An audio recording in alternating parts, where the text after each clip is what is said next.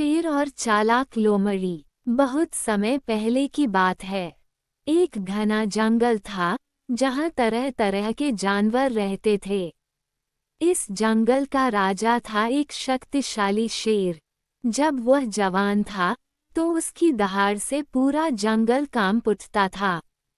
हर जानवर उससे डरता था और उसकी आज्ञा मानता था। लेकिन समय का असर सबसे पर पड़ता है। धीरे धीरे शेर बूढ़ा हो गया।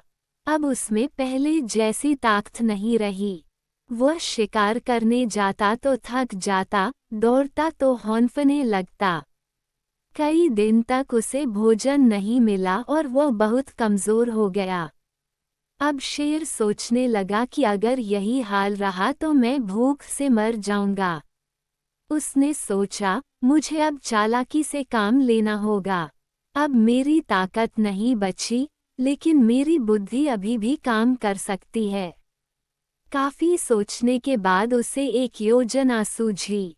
उसने जंगल के बीचों बीच एक गुफा को अपना नया निवास बनाया और फिर पूरे जंगल में खबर फैलवा दी कि वो अब बूढ़ा हो गया है और उसने हिंसा का रास्ता छोड़ दिया है।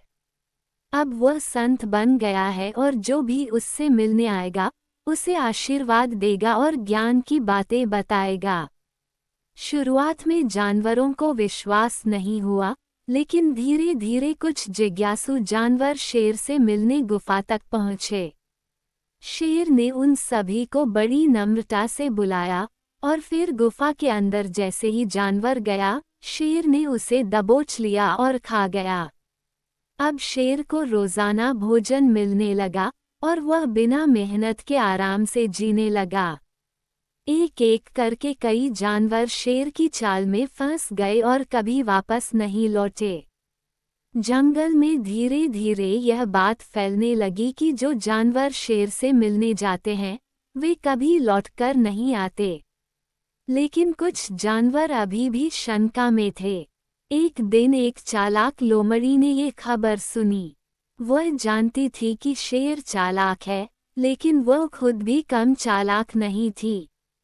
उसने सोचा कि वह इस गुफा का सच जानकर रहेगी। लोमड़ी शेर की गुफा के पास पहुंची। वह गुफा के बाहर रुकी और अंदर जाने की बजाय जमीन पर नजर दौड़ाने लगी। उसने देखा कि बहुत सारे जानवरों के पैरों के निशान गुफा के अंदर जा रहे हैं, लेकिन बाहर आने का कोई भी निशान नहीं है। लोमड़ी मुस्कराई। उसे शेर की चाल समझ आ गई। वह गुफा के सामने खड़े होकर बोली, हे शेर महाराज, मैंने सुना है कि अब आप संत बन गए हैं और सबको ज्ञान देते हैं। मैं भी आपके दर्शन करने आई हूँ। लेकिन एक बात मेरी समझ में नहीं आई, यहाँ जितने भी जानवर आए हैं उनके पैरों के निशान तो अंदर जा रहे हैं, लेकिन कोई भी बाहर नहीं आया। ये कैसे हो सकता है? शेर अंदर से चुप रहा।